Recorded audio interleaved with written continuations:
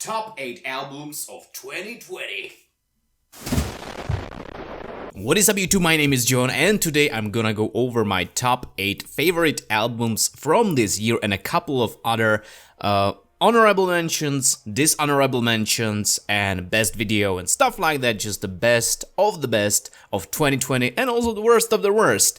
And I actually wanted to do a top 10 albums video, but then I realized I have not even heard 10 albums in their entirety this year. Wow. So I actually had to do some catching up, and last week I actually listened to a couple of albums that I missed this year, and oh boy, some of these albums actually made it to the list, so let's freaking go. Number 8 belongs to Delane Apocalypse and Chill. Now this album took me by surprise because you have everything in here. You have pop influences, you have metal influences, you have symphonic influences, hell, there is even a little bit of, that genty vibe here and there, especially the last song, instrumental song, Combustion. I was like, bruh, these guys can go wild.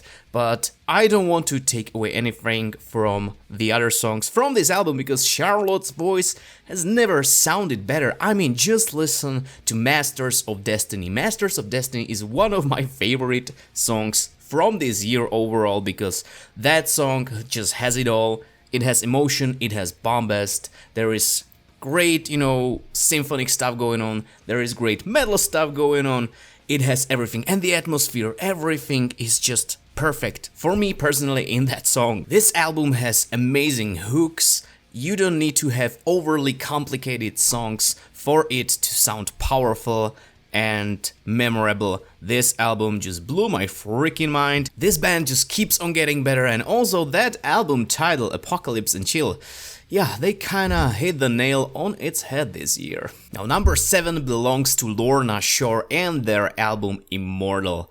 Holy crap, this album, if you told me that I will be listening to a deathcore album in 2020, I would be like, hell no man, like deathcore, some songs are great, I can enjoy some deathcore, but usually it gets old for me fast. But this album, man, Lana Shore together with Shadow of Intent and Humanity's Last Breath and a couple of other bands, they just changed the deathcore game so much that the genre actually became much more enjoyable to me, and this album played a big part in that, okay?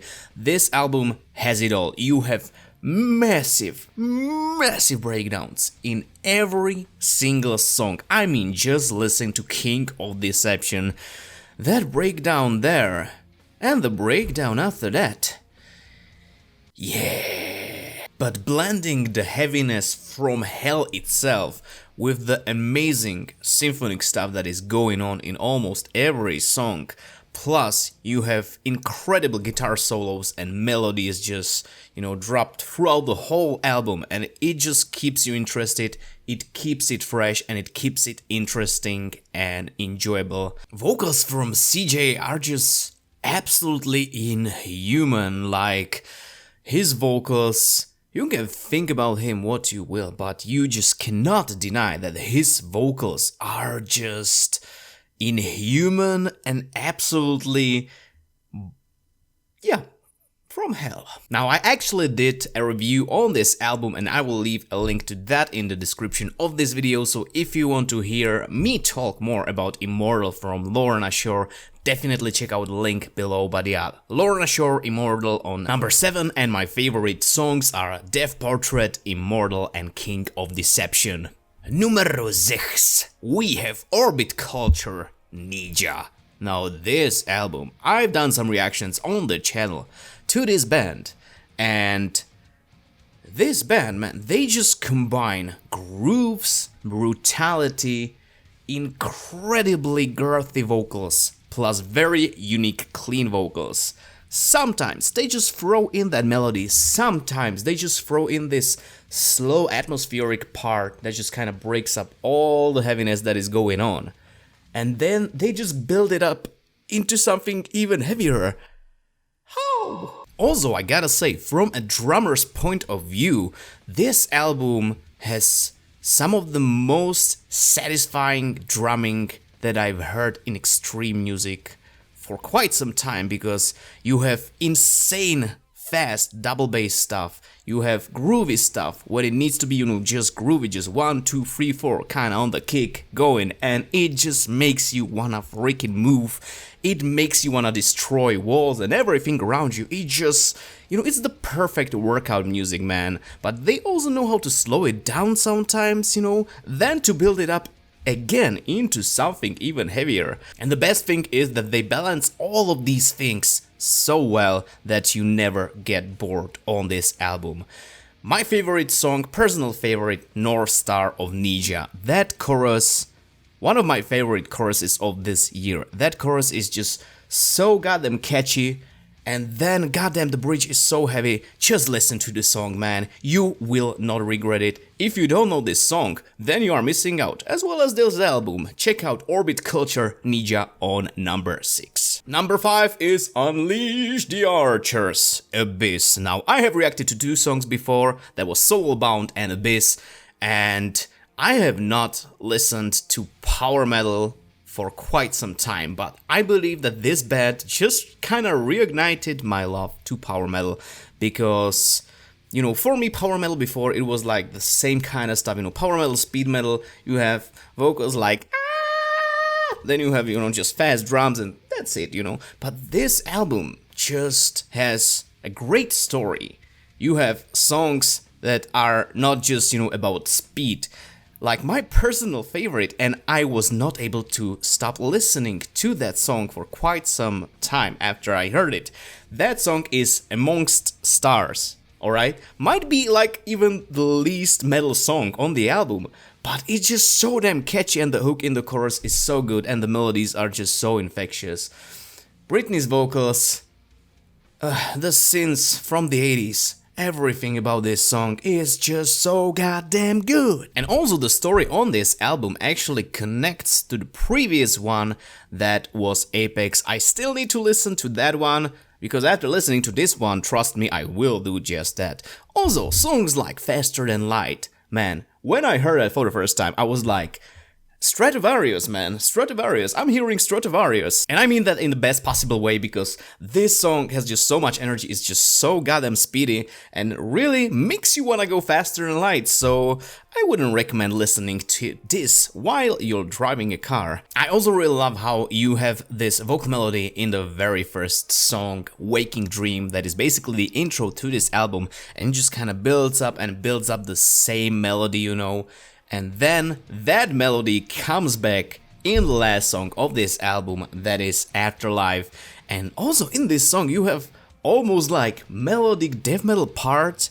You have some harsh vocals sprinkled here and there throughout the album. You even have some blacks, like in Soulbound, which is just freaking great.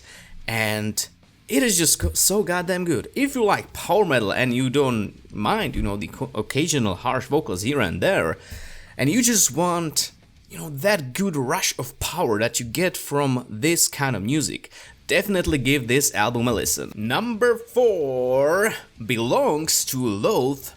I Let It In and It Took Everything. Now this album, if you like Deftones, you need to check out Loath, okay? This band can go heavy, can go soft, can go beautiful, but overall it's all just so goddamn atmospheric and specific that you really need to listen to this album for yourself, because words don't do it justice. From the moment that I reacted to New Faces in the Dark on my channel, I just knew there was something special about this band, but with all the new releases throughout the year, I just forgot about this band, and it's a damn shame, because this album is fantastic and definitely one of my favorites this year, because it has everything. Absolutely nasty, heavy breakdowns, beautiful, clean vocals. The production and the sound is so goddamn good, like so many surprises. Like, I really like the transition between the songs Gourd and then to Heavy Is the Head That Falls with the Weight of 1,000 Thoughts. Yes, I had to pull that up because I cannot remember the name of that song. But man, when Heavy Is the Head That Falls began, I was like, what the fuck, man, what is this album? This is incredible. And apparently there is like a whole story going on in this album, and I still need to read up a little bit more on that, because I think that I got a couple of things from the lyrics already, but I really want to know what this is all about, because it is so incredible. And even Courtney from Spirit Box, actually she mentioned this and I was like, I need to check this out because it was her favorite album of the year, and I was like, yo, if Courtney likes this, I need to check it out, man. So if you like beautiful, atmospheric, yet heavy and dark shit with just gorgeous clean vocals and very fresh songwriting and just many surprising moments, definitely do give this album a listen, because I'm going to tell you that if you let this album in, it definitely won't take everything. Number 3 is Trivium, What Did That Man Say? Now, to be completely honest, I didn't like Trivium before Silence in the Snow. Oh boy, I mean, this sentence will definitely set up some fans, because I know that people don't really like Silence in the Snow, but for me it was the turning point, because up until that point, I did not like Matt Heafy's clean vocals like almost at all, because, you know, I've heard something from Shogun and I was like, this is excellent. But the clean vocals just didn't cut it for me. I was like, it's just not there, man. Screams and everything was just amazing. Solos, riffs, drums, composition, everything. But it wasn't up until Silence in the Snow. That was the turning point, actually the title song from that album. And from that point, Trivium just keeps getting better and better, and the last 2 albums especially, you know, The Sin and the Sentence and What the Dead Men Say, have been absolutely incredible, especially with Alex Band on the drums. This man can play literally anything, like from blast beats to groovy things to just, you know, some simpler beats. Everything just feels really right, and also his creativity and playfulness is just so much fun to listen to, and Matt Heafy has never sounded better, okay? Clean vocals, harsh vocals, even with Paolo on the backing vocals, absolutely incredible stuff. Songwriting, you have technical songs like Bending the Arc to Fear, you know, you have a massive breakdown in Sickness Unto You, and The Catastrophes is just such a well-written and fun song. Just overall, this album doesn't have any weak points. You have the more hooky and accessible songs, Bleed Into Me and Scattering the Ashes, but then there is also Amongst the Shadows and the Stones, and that song is gonna kick your ass, trust me, if you have not heard this album yet, and if you're a metalhead, what are you doing with your life? Number 2 is Bring Me the Horizons, post-human survival horror. If you told me a couple of years ago that I'm gonna rank Bring Me the Horizons album as one of my favorite albums of the year, I would think that you're freaking crazy and just straight up insane in the brain. I did not like this band, and I especially couldn't stand Oliver Sykes for some reason. To this day, I don't know why, it just didn't work with me. But then I heard Parasite Eve, and I reacted to it on my channel. And that was the turning point. It wasn't like an immediate change, but when somebody told me that Mick Gordon actually helped produce this album, I was like, okay, I'm gonna give this a chance, and oh boy, I ended up getting absolutely blasted away with amazing songs. Like, let's be real, every single song on this album is a goddamn banger from the first one to the last one. And also, just try to compare the first song to the last song. Freaking different, man. You have Amy Lee, you have Baby Metal feature, you have Nova Twins feature. I didn't know about Nova Twins, but they are amazing, okay? They have great voices, and every single feature feels like it just belongs there, you know, it just belongs there. But also, gotta say, Oliver Sykes has never sounded better. Screams, growls, yells, clean vocals, also the massive Linkin Park influence like in Teardrops and 1x1. You can just feel the spirit of that band in those songs, and just the nu metal spirit is felt throughout this album, sometimes even into the deathcore days. Okay, even those hints of deathcore are there. Ludens, it's crazy experiment, but I really like that song as well. You can just feel the joy of creating from this album. The songs are just so damn creative, so damn fun to listen to. There is all kinds of sounds here and there, glitchy sounds, the entering the matrix kind of sound that I mentioned in one of my reactions. I actually don't know which song it was right now, but you kind of feel, when Neo gets the mirror in his throat, there is that kind of very weird sound, and it's in one of their songs, and it's just so damn good, man. Like, this album has bangers throughout the whole thing. There is no weak points, at least for me personally. I think that someone can say that Cure for the Itch can be like a weak link because it's not really like a song, but it sets up for Kingslayer so well that I just cannot imagine this album without it. And my personal favorites from this album are actually Kingslayer and Teardrops. Those songs, bangers above bangers. And before we get to number 1, let me just tell you my honorable mentions for this year. And those are Poppy, I Disagree, Nightwish, Human Nature, Bury Tomorrow, Cannibal, and Dark Tranquility Moment. Alright? Time for my personal number 1 album of the year. Drumroll, please. Raised in a Doomsday Cult by Good Tiger. Holy shit. This album, ladies and gentlemen, this album blew my mind.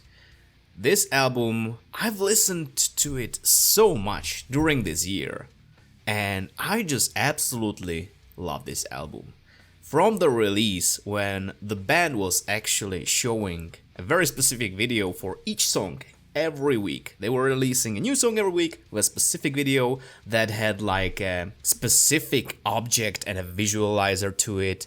And it just felt really special, and each week I found myself just looking forward to that new song from Good Tiger, because from the first song to the last song, every single one song was incredible, okay? This whole album is my favorite album of the year. There is a lot to unpack in this one, okay? From the first song, Kimball, that one is just... it just gets stuck in your head, man. It's just so goddamn uplifting and beautiful. Just something about it that I can't quite put into words. Elliot Coleman's voice is absolutely incredible. This man can do it all. And I don't even consider this album a metal album, because obviously you have songs like Ghost Vomit, Go Go Yubari. These songs are a little bit, faster. They have faster pace, faster riffs, drums. The drumming on this album, man. Oh boy, the drumming. Give me more. Because also apart from like a very short part that is also mixed quite low into the song in If You Weren't My Son, I Would Hug You, there's no screams on this album. There's literally no screams, okay? All clean vocals, but it's such a pleasure to listen to, man, from the beginning till the end. And it also contains my favorite song of the year. 1252, man, 1252.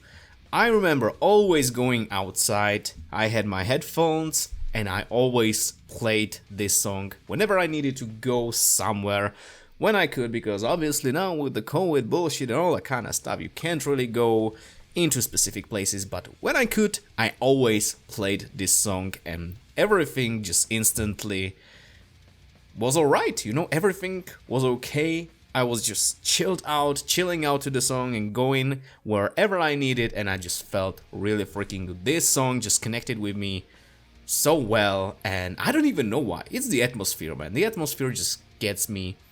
But songs like Young Speak, Redshift, every single song from this album is so much fun. And also this album is vastly different from We Will All Be Gone and even more different from A Head Full of Moonlight, okay?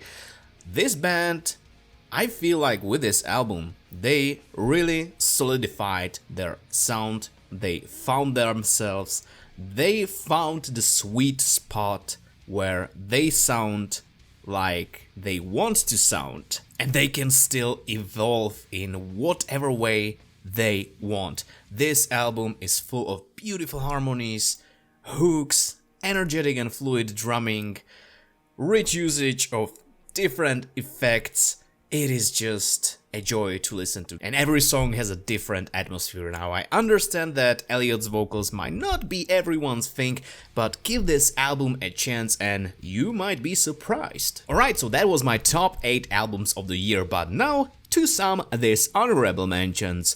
First of all, Trapped, Shadow Work.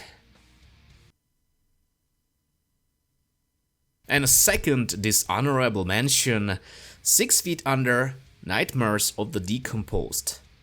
I actually liked some of their older songs, but this just sounds like a parody of itself. The vocals. I could not stand listening to more than 3 songs, okay? That was horrible. Surprise of the year obviously goes to System of a Down and their new songs Protect the Land and Genocidal Humanoids. Those songs kick ass. Thank you System of a Down for blessing us with 2 new songs. And my second surprise of the year is actually Will Vallow from Him. That band has disbanded a couple of years ago, but Will Vallow started a new project called VV, and he released an EP called Gothica Fenica, and it just feels like him. It feels like him, and I'm just so damn happy that the man is creating this stuff again, because he had his other bands, Will Vallow's Agents or something like that, and that wasn't my thing at all, okay? But this just brought back so many memories, and I'm just so goddamn happy that the band, alright, the band Him is responsible for getting me into rock music overall, and I'm just so goddamn happy that this man, this goddamn legend of a man with a very, very specific voice that I absolutely love, is creating amazing songs again. Thank you, Will Vallow, you're the man. And the music video of the year goes to Hyper from Eskimo Callboy, because das ist unglaublich, mein Freund. Super. Alright guys, so that is my little 2020 highlights list, best albums, worst albums, you know, best video and all that kind of stuff. I hope you enjoyed this little video. I definitely enjoyed putting this together. Now next year I definitely need to listen to more albums in their entirety, okay, throughout the year, so I don't have to catch up at the end of the year and miss all the amazing music that is being put out there. But yeah, thank you guys so much for watching. If you like this video, and I wanted to say my reaction, but this is not a reaction. Bruh. But still, if you enjoyed this video, consider leaving a thumbs up and subscribe for more stuff, because as you know, there is always more videos coming your way, and if you feel like talking to me outside of YouTube, there are links to my social medias down in the description below this video, as well as a link where you can directly support my channel and what I do here, either by PayPal or on Patreon. So guys, thank you so much for watching. Let's forget about 2020 and let's move into 2021. Hopefully, it's gonna be better. I do believe it's gonna be much better. So thank you guys so much for watching, and I will see you all in the next video. So have a nice day, evening, night, or whatever you have right now. Also, let me know what your favorite records were, what your favorite videos were, and maybe something that absolutely disappointed you. Let me know down in the comments, but I will see you in the next video. Cheers!